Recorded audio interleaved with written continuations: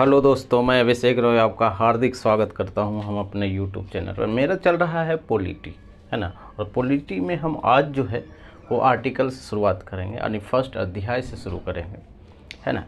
आप बने रहिए। इससे पहले जो हम बात किए थे वो बात किए थे कि उसका जो चैप्टर है 22 चैप्टर के बारे में हम बात किए थे, है ना। और कौन सा चैप्टर में क्या चीज़ें लिखा हुआ है हम सारे बात किए। हम अनुसूचियों की बात की, जिसमें हम पढ़े थे कि ओरिजिनल जो कॉन्स्टिट्यूशन में था वो कितना था, 8 था, लेकिन अभी जो है वो कितना है, 12 अनुसूचियाँ हैं। अगर अध्याय की बात पूछे, चैप्टर की बात पूछे, तो पहले भी 22 था और अभी भी 22 है ना। तो कोई अंतर नहीं हुआ है। आज हम शुरुआत करेंगे भाग का, आर्टिकल से हम अब शुरुआत करेंगे आज से, यानी फर्स्ट भाग है और उसमें 1 से 4 आर्टिकल के बीच पढ़ना है।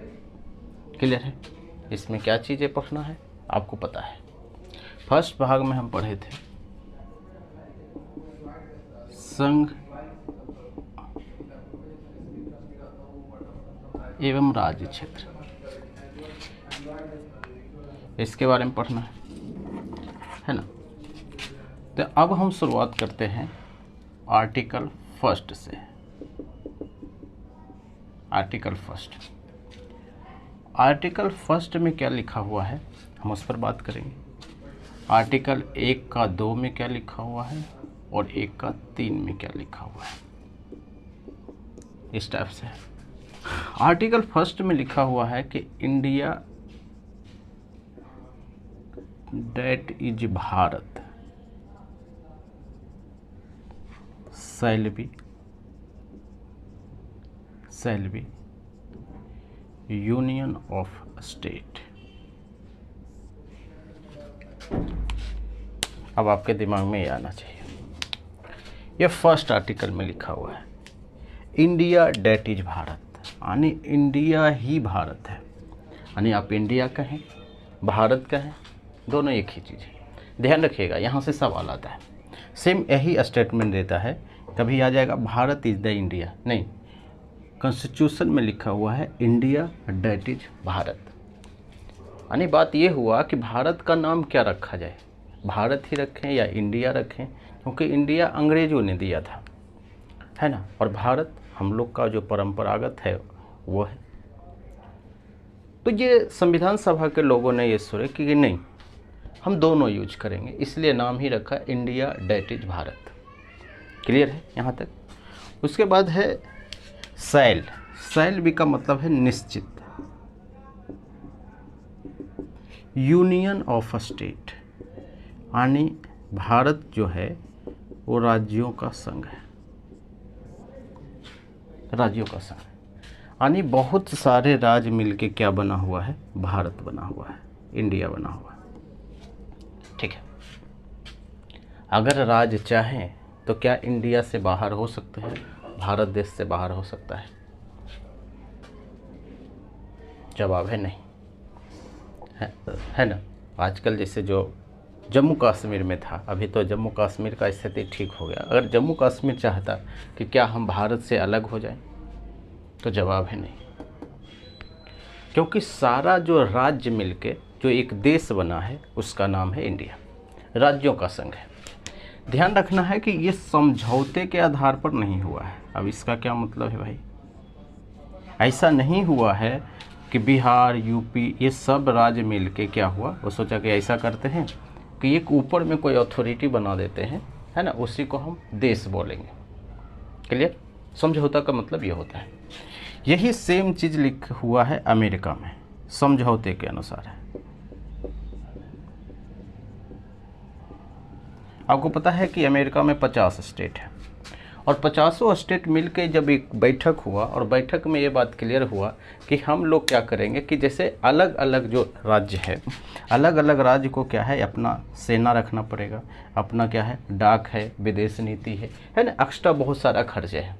तो इन्होंने मिल के क्या किया कि ऐसा करते हैं कि सब मिल के एक देश बना लेते हैं, है ना। और इसका काम है जितना भी विदेशी मामला है, जितना भी कम्युनिकेशन वाला मामला है ना, वो सारा चीज़ जो है वो ही देखेगा, है ना। तो ये एक समझौते का प्लान है। यानी अमेरिका से चाहेगा कि हम कैलिफोर्निया जो एक स्टेट है, या टेक्सास एक स्टेट है, वो चाहेगा कि हम अमेरिका से बाहर हो जाएं तो ये हो सकता है, कोई दिक्कत नहीं। दोनों बात में अंतर समझिए, है ना, क्योंकि एक समझौते के द्वारा ये देश बना गया है अमेरिका, यूएसए। क्लियर। लेकिन भारत के साथ ऐसा नहीं है, इसलिए हम भारत को बोलते हैं ये राज्यों का संघ है। क्लियर है, यहाँ तक कोई दिक्कत नहीं है ना। फर्स्ट आर्टिकल में लिखा हुआ है कि भारत के राज्य और उसके क्षेत्र, यानी स्टेट या यूटी, यानी भारत का क्षेत्र कहाँ पे है, कितना है, जो चीज़ें हम पढ़े थे शेड्यूल 1 में, यानी भारत का क्षेत्र वही है जो शेड्यूल 1 में लिखा हुआ है, यानी पहली अनुसूची में जो चीज़ें लिखा हुआ है वही चीज़ क्या है इसमें लिखा हुआ है। क्लियर है, यहाँ तक कोई समस्या नहीं है। अगर पूछेगा कि भारत का जो टेरिटरी है वो कौन है, वो टेरिटरी है जो भारत के स्टेट में आता है या यूटी में आता है या कुछ अर्जित क्षेत्र है। भारत का जो क्षेत्र है, भारत का एरिया है, वो कितना है, अब वो कौन कौन सा है। हम पहले ही बात किए कि जो आर्टिकल 1 का सेकेंड पैरा में क्या लिखा हो कि जो शेड्यूल 1 में जो चीज़ें लिखा हुआ है वही भारत का क्षेत्र है। अगर हम बोले कि भारत का टेरिटरी कौन सा है, कौन कौन सा चीज़ें हैं, तो एक तो भारत का जो राज्य है वो यूटी, और जो अर्जित क्षेत्र है, मान लेते हैं कि भारत कुछ अर्जित करता है, जैसे पाकिस्तान को मान लीजिए कि भारत का हिस्सा बन जाता है आजकल, तो क्या होगा कि भारत के जो क्षेत्र है ये भी आ जाएगा, चाहे युद्ध के द्वारा हो या कुछ भी हुआ, यानी किसी तरह से जो भी ज़मीन हम बाहर से लोगों से लिए हैं, अर्जित किया है ना, तो उसी चीज़ को हम बोलेंगे कि अर्जित क्षेत्र। अर्जित हम कर सकते हैं जब हमारा इंटरेस्ट है, क्योंकि भारत एक क्या है, संप्रभु राष्ट्र है, और संप्रभु राष्ट्र होने के मतलब ये हुआ कि भारत को जो भी हिस्सा है, जो भी चाहता है कि भारत जो देश के इंटरेस्ट में है, भारत के हित में है, हम उस जो क्षेत्र है उस पर हम क्लेम कर सकते हैं।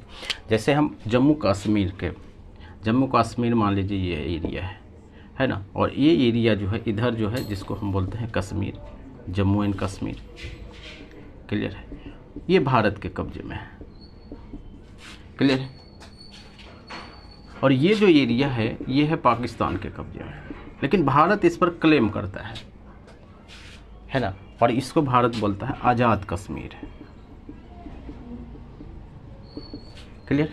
तो अगर ये जो एरिया है अगर हम ले लेते हैं, बालूचिस्तान सिंध वाला एरिया अगर हम ले लेते हैं, तो वो अर्जित क्षेत्र में वही चीज़ें आ जाएगा, है ना, यदि हमें लगेगा कि ज़्यादा ज़रूरी है तो। क्लियर है, तो यहाँ से एक बात और क्लियर होता है कि इंडिया डेट इज भारत, यानी इंडिया ही भारत है ना, और shall be union of state, यानी राज्यों का संघ है। क्लियर है, वही क्षेत्र है भारत का जो क्षेत्र शेड्यूल 1 में लिखा हुआ है। क्लियर है, और वो क्षेत्र कौन सा है, स्टेट, यूटी, और कुछ जो अर्जित क्षेत्र है हम उस पर क्या होते हैं, आते हैं, है ना।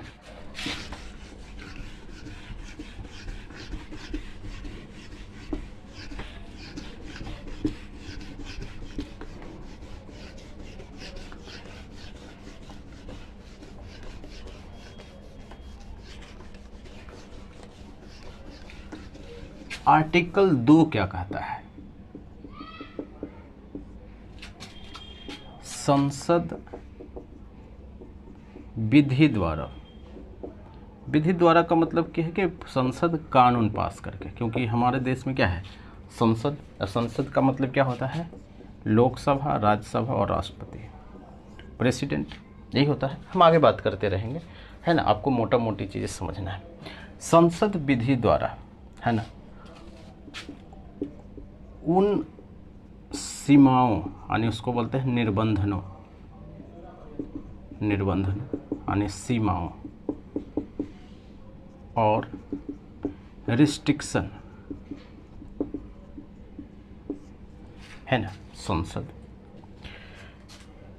उन सीमाओं तथा रिस्ट्रिक्शन यानी शर्तों के साथ जो संसद ठीक समझे। इसका मतलब है कि ये संसद पर छोड़ दिया है कि कुछ निर्बंधनों यानी कुछ सीमाओं के साथ, कुछ रिस्ट्रिक्शन के साथ, यानी जो होता है ना वार्तालाप, है ना, जो मैनेज होता है उसके साथ जो संसद पर छोड़ दिया है। नए राज्यों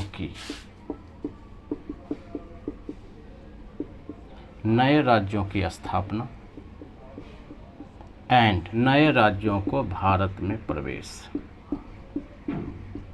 करा सकता है। क्लियर है?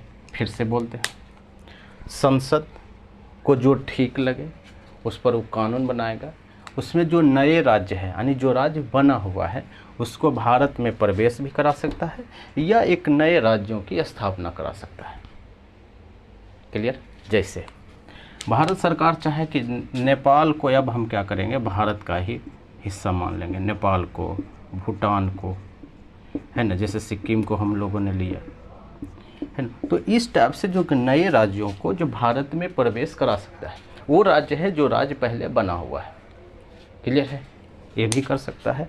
और नए राज्यों की स्थापना, तो मान लीजिए कि भारत सरकार अभी जो है चंद्रयान भेजा, चंद्रयान 3, और भारत चाहे कि हम चंद्रयान पर एक राज्य बनाएंगे, है ना। क्लियर? तो नए राज्यों की जो स्थापना है वो कर सकता है अगर संसद को ऐसा लगता है तो। क्लियर है? समझ में आ रहा है कि नहीं आ रहा है ना? एकदम आराम आराम से समझते जाना है। क्लियर? तो ये है आर्टिकल 2।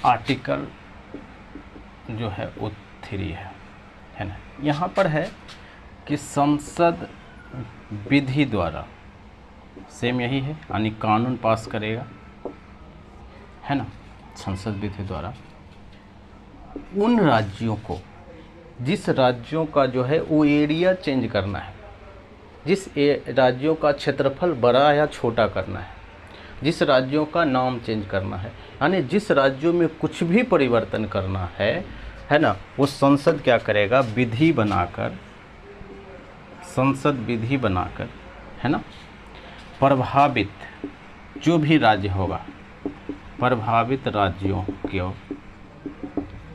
जो भी राज्य है, मान लेते हैं बिहार, प्रभावित राज्यों का विधान मंडल से राय लेगा, है ना। अब यहाँ पर आपको समझना है कि संसद को अगर लगे कि जो बिहार का जो एरिया है वो बड़ा है, मान लेते हैं ये है बिहार का एरिया, ये है, और बिहार का एरिया अगर मान लेते हैं ये ऊपर वाला किशनगंज है, किशनगंज, और किशनगंज को चाहेगा कि नहीं ये ज़्यादा है, इसको हम कहाँ वेस्ट बंगाल में दे देते हैं। संसद क्या करेगा, संसद अगर ये चाहे कि जो किसी भी राज्य का एरिया है उसको बढ़ाना है, घटाना है ना, क्षेत्र में परिवर्तन करना है, या 2 राज्यों को मिलाना है ना, कुछ भी ऐसा करता है, तो जो भी संबंधित राज्य है जिस राज्य के साथ वो कर रहा है, संसद क्या करेगा, उसको पूछेगा, उसका राय लेगा, है ना। लेकिन यहाँ पर एक खेल है, तीसरा पॉइंट में है कि संसद जब इस टाइप का विधेयक लाता है ना, यानी इस टाइप का जो है विधेयक लाता है, इस टाइप का बिल लाता है, तो सबसे पहले राष्ट्रपति का पूर्व अनुमति लेना जरूरी है ना। और राष्ट्रपति ही क्या करेगा, यानी राष्ट्रपति या संसद वो जो बिल है ना, राष्ट्रपति ने, ये जो संसद है वो राष्ट्रपति को भेजा कि हमें क्या करना है कि जो बिहार का एरिया है उसको हमें छोटा करना है, तो राष्ट्रपति अगर अलाउ कर देता है तो उस संसद में पेश होगा, और संसद या राष्ट्रपति जो है ये जो बिल है कहाँ भेजेगा, बिहार का विधानसभा, है ना, और विधानसभा का राय लेगा, है ना। राय ऐसा नहीं है फिक्स टाइम के लिए, ऐसा नहीं है कि मनमानी जितना आप टाइम ले सकते हैं, अब ये राय कुछ भी दे, बिहार सरकार हाँ कहे या ना कहे, इस पर कोई फर्क नहीं पड़ता है संसद पर। आप समझ रहे हैं? राय अगर बिहार सरकार कुछ भी दे, पॉजिटिव में दे कि हाँ कर दीजिए या नहीं कीजिए, जनरली नहीं करता है, नहीं कहता है, तो अगर कुछ भी बोलता है संसद पर कोई फर्क नहीं पड़ता है। यानी अगर संसद का मन हो गया है कि चेंज करना है तो करना है ना, जो जम्मू कश्मीर के साथ हुआ। क्लियर? और जब ऐसा होता है तो ये एक साधारण बहुमत से ही क्या होता है, साधारण बहुमत। दो टाइप का बहुमत होता है, एक होता है साधारण बहुमत, एक होता है विशेष बहुमत। हमारे देश में कानून दो ही जगह बनता है, आपको पता है, संसद में बनता है। संसद में दो चीज़ होता है, एक लोकसभा, एक राज्यसभा। क्लियर है? अब जब हम साधारण बहुमत की बात करते हैं तो मान लेते हैं कि जो लोकसभा में है अभी कितना सीट है, 545 सीट है ना। अभी चल रहा है कौन सा सत्र, मानसून सत्र। और मानसून सत्र में मान लेते हैं आज का दिन जो है ये विधेयक को पेश किया गया, ठीक है, पेश किया गया। अब उस दिन जब पेश किया गया तो पेश कब किया गया होगा, राष्ट्रपति से पहले पूछा गया होगा तब, और राष्ट्रपति उसी बिल को कहाँ भेजा होगा, इसके पास, ये अपना राय दिया होगा। तो आपको पता है कि इस राय से कोई मतलब है नहीं, है ना। तो अब संसद क्या करेगा, उस दिन वोटिंग करेगा, किसी दिन टाइम लेके वोटिंग होता है। और वहाँ पे क्या होता है कि present and voting, present and voting का बहुमत। अब इसका क्या मतलब है, प्रेजेंट एंड वोटिंग। मान लेते हैं कि लोकसभा में हो रहा है ऐसा, तो क्या होगा, 245 सीट है टोटल। लेकिन आज के दिन मान लेते हैं कि संसद में जो लोग थे वो थे 100 लोग प्रेजेंट। अब ये 100 लोग ही वोट करेंगे। अब 100 लोग वोट किए, प्रेजेंट एंड वोटिंग, प्रेजेंट है आज के दिन कितना, 100 लोग, लेकिन वोट कितने लोग किए, मान लेते हैं 80 लोग ही किए, 20 लोग वोट किए ही नहीं। बहुत बार ऐसा होता है। अब इसका बहुमत यानी 80 का बहुमत कितना हो गया, +1, यानी जितना पड़ा है उसको आधा करके एक जोड़ दीजिए, यानी 41 लोगों ने अगर इससे सपोर्ट में अगर किया होगा तो ये बिल पास हो जाएगा और बिहार का जो क्षेत्र है उसमें परिवर्तन हो जाएगा। क्लियर है? तो इसी को हम बोलते हैं साधारण बहुमत। हम आगे बात करेंगे भी कि बहुमत दो टाइप का होता है, साधारण बहुमत और विशेष बहुमत। एक संविधान संशोधन विधेयक भी होता है, हम उस पर भी बात करेंगे। क्लियर? लेकिन आपको यहाँ पे समझना है, इस पॉइंट का सिर्फ एक मतलब है कि अगर संसद अगर चाहे तो किसी भी राज्य को सीमाओं में परिवर्तन कर सकता है, सीमाओं को मिला सकता है, छोटा बड़ा कुछ भी कर सकता है राज्यों के साथ। लेकिन उसको ऐसा करने से पहले किससे पूछना होगा, किससे पूछना होगा, राष्ट्रपति से पूछना होगा। अगर राष्ट्रपति हाँ कह देता है तो क्या होगा, वो संसद में पेश हो जाएगा और साधारण बहुमत से अगर पास हो जाता है तो क्या होगा, क्या होगा, चेंज हो जाएगा। क्लियर?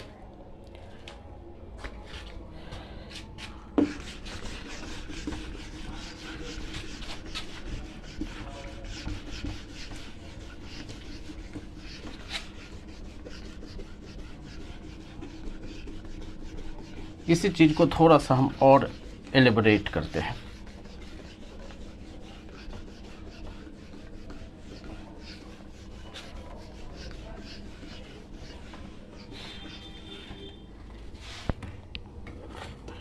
यहाँ पर एक चीज़ और आपको समझना है कि हम क्या बोले हैं कि लोकसभा में कितना है, 545 है। प्रेजेंट एंड वोटिंग यानी प्रेजेंट कितने लोग हैं, मान लेते हैं प्रेजेंट हो गया 4 लोग ही, तो 4 लोग ही वोटिंग करेगा नहीं ना, है ना। तो इसमें एक रूल फॉलो किया जाता है जिसको बोलते हैं कोरम। कोरम, कोरम क्या है कि सदन की जितनी भी संख्या है यानी सदन के संख्या का 1/10 यानी 10% होना चाहिए। बेसिकली ये आपको समझना है। तो मान लेते हैं कि सदन टोटल अगर लोकसभा में है तो कितना है, 545। अब 545 का 10% कितना होगा, है ना, लगभग 54.5 होता है। यानी 55 लोग होगा तभी वोटिंग होगा, 55 और 55 से ज़्यादा, है ना। ऐसा नहीं है कि 10 लोग ही पहुंचा और उसी में प्रेजेंट एंड वोटिंग करा दिया, ऐसा नहीं होता है ना। इस बात का भी आपको ध्यान रखना है। क्लियर है। अगर मान लेते हैं राज्यसभा में कितना सीट है 245। अब इसका कोरम को पूरा करना है तो 10% लाइए, है ना, तो 24.5 आता है, यानी 25 लोग होना चाहिए, है ना। ऐसा तो नहीं कर सकते ना, 24.5 यानी आधे लोग, है ना, 24.5 लोग, है ना। तो ये होता है कोरम, है ना। तो कोरम बहुत ज़रूरी चीज़ है, यानी सदन की संख्या का 10% या सदन का 1/10, दोनों एक ही बात है। क्लियर। अब इस पर थोड़ा सा हम और बात कर लेते हैं।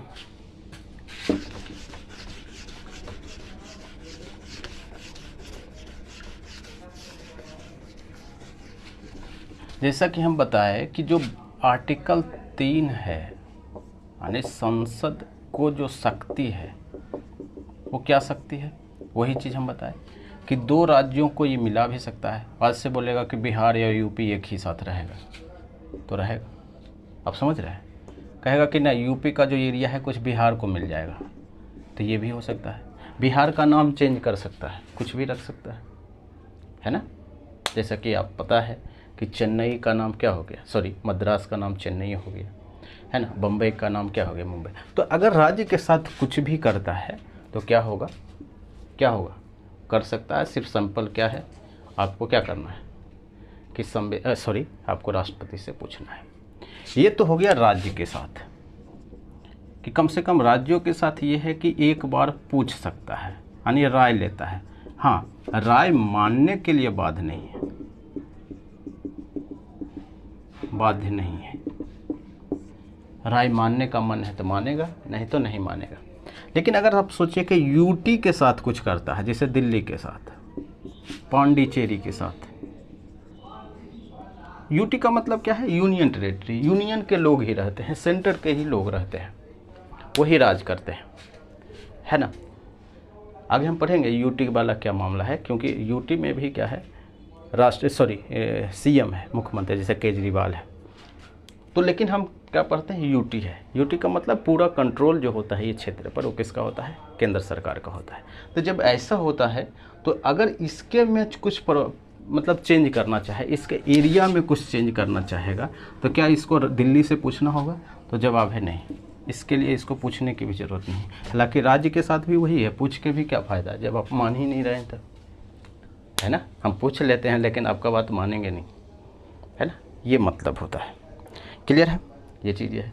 यही सेम बात अगर हम बात कर लेते हैं यूएसए का, अमेरिका में, क्योंकि अगर अमेरिका का जो संसद है या अमेरिका का जो राष्ट्रपति है अगर बोलेगा कि कैलिफोर्निया का हम एरिया चेंज करेंगे, टेक्सास का एरिया हम चेंज करेंगे, अलास्का का एरिया चेंज कर सकता है, नहीं कर सकता है, क्योंकि केंद्र को किसने बनाया है, राज्यों ने मिलकर बनाया है अपने फ़ायदे के लिए।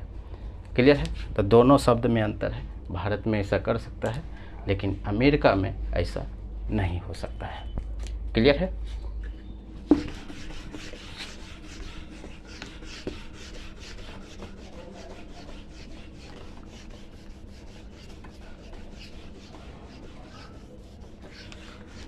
अगर आपके पास कोई भी बुक है पॉलिटी का तो आप उसको ज़रूर पढ़ें, है ना, तब आपका क्लियर हो जाएगा, सारा बात क्लियर हो जाएगा। हम एक ही चीज़ भी नहीं छोड़ रहे हैं, है ना, और इससे डिटेल में जो है आपको बहुत कम जगह मिलता है ये सारी चीज़ें, है ना। तो आप इसके बारे में थोड़ा सा सोचिए। आर्टिकल 4, इसमें क्या है कि संसद विधि द्वारा आर्टिकल 2 और 3 में चेंज करना चाहता है। आर्टिकल 2 और आर्टिकल 3 क्या है, वही है। आर्टिकल 2 क्या कहता है, नए राज्यों का प्रवेश, नए राज्यों का भारत में प्रवेश करना या नए राज्यों की स्थापना करना, ये था। और ये क्या है कि सीमा में चेंज कर सकता है, क्षेत्र बड़ा छोटा कर सकता है, नाम में भी चेंज कर सकता है। अगर आर्टिकल 2 और 3 में कुछ भी चेंज करेगा, वो जो होगा आर्टिकल 368 के अंतर्गत संविधान संशोधन नहीं माना जाएगा। क्लियर है। यानी हम क्या बोले कि जब भी चेंज करेगा तो क्या होगा, राष्ट्रपति से पूछ के करेगा। क्लियर है। 4 बोलता है कि अगर संसद ऐसा सोचती है, आर्टिकल 2 और 3 में चेंज करती है, तो क्या होगा कि उससे 368 क्या है, आर्टिकल 368 क्या है कि संविधान में अगर आप कुछ चेंज करना चाहते हैं तो आपको 368 के थ्रू क्या होगा, चेंज करना होगा। इस आर्टिकल के थ्रू जो होगा संविधान संशोधन नहीं माना जाएगा। ये सबसे महत्वपूर्ण क्वेश्चन भी है और यहाँ से क्वेश्चन पूछा भी जाता है और पूछा गया भी है, अगर आप एग्ज़ाम दिए हो तो, है ना, ये चीज़ें। अब इसका क्या मतलब है, अगर हम मान लेते हैं कि संविधान संशोधन विधेयक मानता, तब क्या होता है।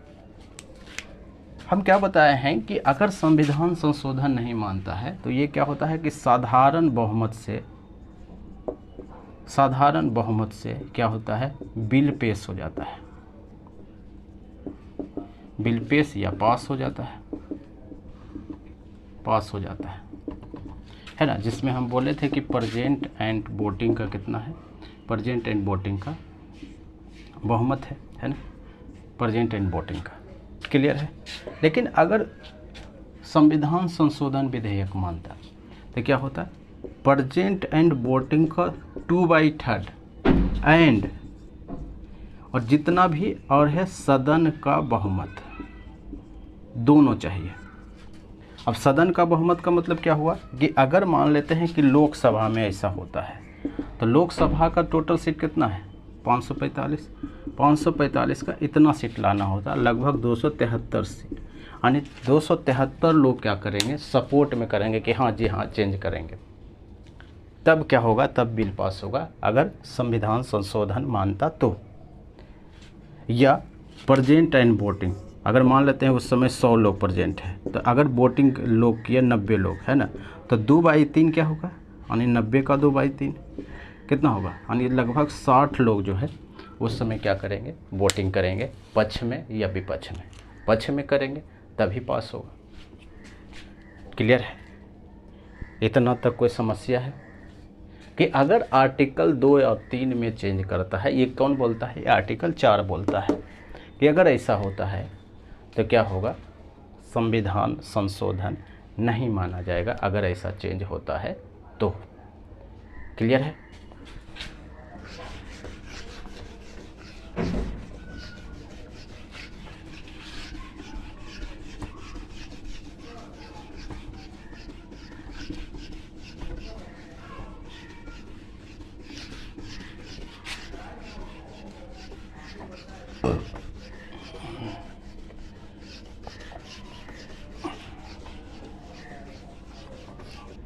कि क्या संसद, जब हम बता रहे हैं कि राज्य के किसी भी सीमाओं को चेंज कर सकता, परिवर्तन, क्या राज्य को ही समाप्त कर दे, है ना, ऐसा हो सकता है। क्या संसद राज्य के जो सीमा को ही क्या हो, समाप्त कर दे पूरी तरह से। दोनों में क्या है, उसमें चेंज था। चेंज का मतलब है कि थोड़ा सा आप चेंज कर सकते हैं, बढ़ा सकते हैं, घटा सकते हैं। क्या पूरी तरह समाप्त कर सकते हैं।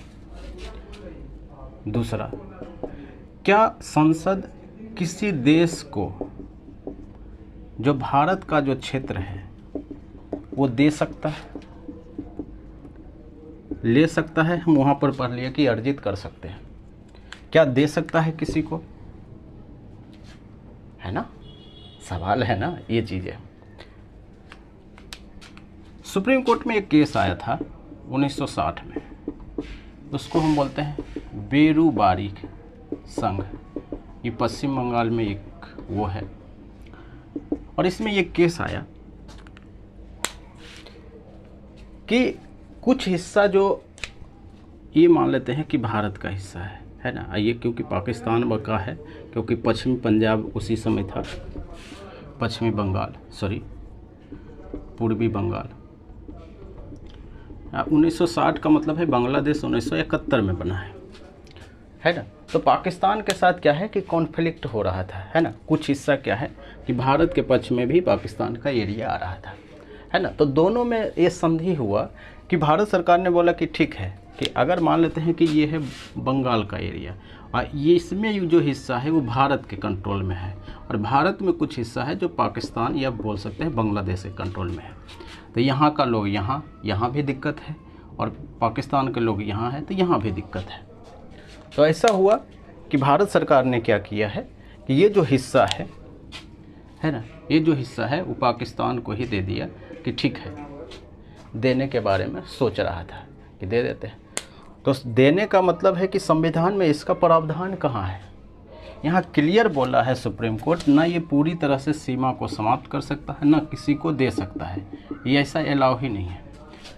तो अब सवाल उठता है कि अगर ऐसा नहीं है और भारत सरकार देना चाहता है, संसद देना चाहता है, तो फिर संसद जो हम बोलते हैं ना कि भारत एक संप्रभु राष्ट्र है। संप्रभु का मतलब क्या होता है कि जैसा कि हम बताएं कि आप अपने इच्छा के अनुसार, इंटरेस्ट के अनुसार जो भारत के हित में है ना, आप कदम उठा सकते हैं, ना किसी के दबाव में।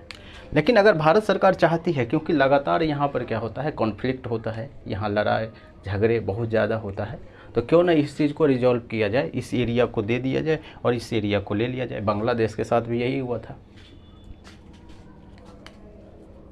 तो सुप्रीम कोर्ट बोला हाँ, एक तरीका है, आप आर्टिकल 368 के द्वारा आप संविधान को ही बदल दीजिए, संविधान में संशोधन कर दीजिए, तब जो ये जो क्षेत्र है आप जो है वो किसी और को दे सकते हैं।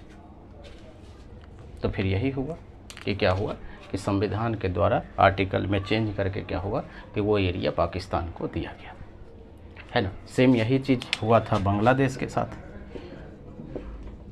बांग्लादेश है ना, 100वां कॉन्स्टिट्यूशन अमेंडमेंट हुआ था 2015 में, जब मोदी जी की सरकार आई। जैसे आई उसी टाइप से, जैसे ये है भारत और ये है बांग्लादेश, है ना। तो ये इंडिया में क्या था कि ये वाला जो एरिया है बांग्लादेश का था, और भारत में ये एरिया है वो क्या था, ये मान लेते हैं कि ये है बांग्लादेश, है ना। ये जो एरिया है लगभग 51 क्षेत्र ऐसा है जो भारत में आता था, है ना। और लॉजिकली कहाँ है, वो बांटने में जो रेड क्लिफ वगैरह जो गलती किया था लाइन बनाने में, उस वजह से दिक्कत आ रहा था। और ये जो बांग्लादेश का जो एरिया 111 एरिया है वो किसका है, वो बांग्लादेश के कंट्रोल में है। तो भारत ने 111 एरिया को दे दिया, और ये इससे क्या हुआ कि ये वाला एरिया भारत के कंट्रोल में आ गया और ये वाला जो एरिया है वो बांग्लादेश को दे दिया, है ना। ताकि जो कॉन्फ्लिक्ट है या लोगों का जो भलाई है, लोगों का जो विकास है, उसके लिए भी ऐसा किया जाता है। क्लियर है ना, कि अगर भारत सरकार किसी को कुछ ज़मीन देना चाहता है तो क्या होगा, आर्टिकल 368 में क्या होगा, चेंज करना होगा। अगर लेना चाहता है तो कोई दिक्कत नहीं है। अगर संसद को इंटरेस्ट है कि हाँ ले लेना है, संसद अगर चाहती है, वही चीज़ है कि कुछ निर्बंधन, कुछ रिस्ट्रिक्शन के द्वारा, कुछ सीमाओं के द्वारा अगर ऐसा चाहती है तो ले सकती है। क्लियर है। तो आपको बात समझ में आ गया कि हम कहना क्या चाह रहे हैं। यही था भाग 1 से 4।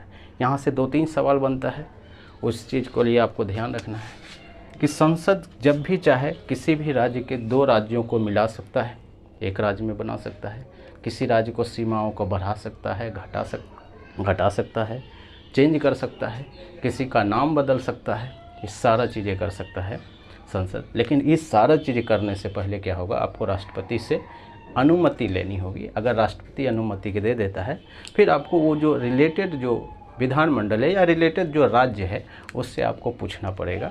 और वो जो राज्य है ना, वैसा नहीं है कि वो जो राय देता है उस चीज़ को लिए राष्ट्रपति को या संसद को मानना क्या है, बाध्य है। बिल्कुल बाध्य नहीं है। संसद नहीं भी मानेगी तब भी कोई कार्य, तब भी कोई चीज़ रुकेगा नहीं, है ना। लेकिन अगर ऐसा करता है तो आर्टिकल 4 क्या बोलता है कि आपको संविधान संशोधन नहीं माना जाएगा, है ना। आप साधारण बहुमत से भी ये सारा चीज़ें कर सकते हैं। क्लियर है। एक चीज़ और कि अगर मान लेते हैं कि कोई राज्य ये सोच ले कि ठीक है, हमको बोला है कि राय दीजिए, हम राय दे ही ना, बहुत ज़्यादा टाइम ले, है ना। ऐसा भी हो सकता है ना कि राय देना है, आपको पता है कि राय कुछ भी देंगे ये मानेगा नहीं, तो हम राय ही नहीं देते, और जब तक राय नहीं देंगे तब तक काम चलता रहेगा। तो ऐसा इसमें नहीं है, टाइम फिक्स है। आपको एक लिमिटेड टाइम में ही आपको बताना होगा। अगर आप नहीं बताते हैं तब भी वो मान लेगा कि आप बता दिए, ऐसे भी आपका बात मानना ही नहीं है। क्लियर है। तो ये सारी बातें जो है वो आर्टिकल 1 से 4 तक है ना। क्लियर। तो आज भर इतना ही है ना। तो अगर आपको समझ में आया है तो इसको लाइक भी कर सकते हैं, ठीक है। Thank you.